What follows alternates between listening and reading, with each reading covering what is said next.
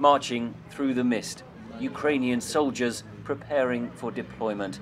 For 5 years, the residents of Mariupol have lived under the constant threat of conflict.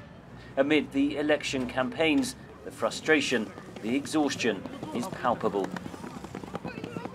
I like any of the candidates, but not the one who is in power now.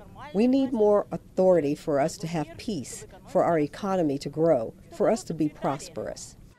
Aleksandr Sidorov is on leave from the front line.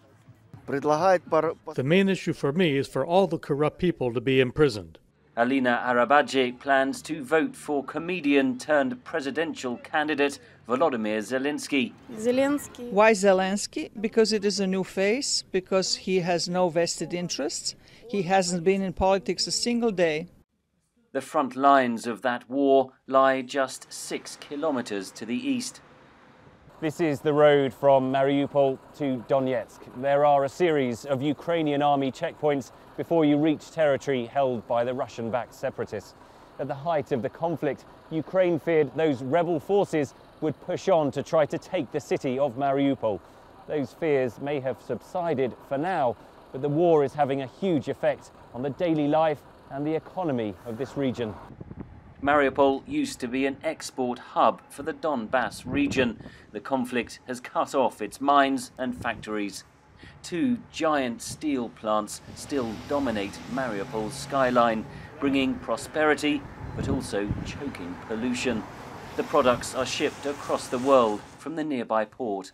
Since its forceful seizure of Crimea in 2014, Russia now controls shipping access to the Sea of Azov via the Kerch Strait, and that effectively gives it a stranglehold on a key artery of Mariupol's economy.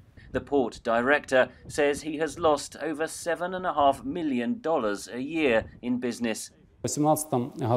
Starting in April 2018, Russia started to search all the ships which entered the Azov Sea to reach Ukrainian ports.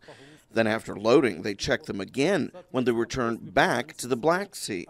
The waiting time, the route time has increased, and it's had a great financial impact on our export clients. But there has been progress in some areas. The organization Halabuda began as a group of volunteers taking supplies to soldiers on the front line. It has now morphed into an advice group for residents and businesses. A question that concerns every single citizen of Ukraine is corruption.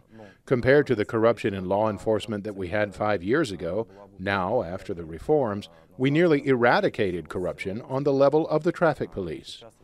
Corruption and conflict, generational challenges with no easy answers. The people of Mariupol are desperate for change, for the war to end. But they know that whoever becomes president, the threat from the east is unlikely to end anytime soon. Henry Ridgwell for VOA News, Mariupol, Ukraine.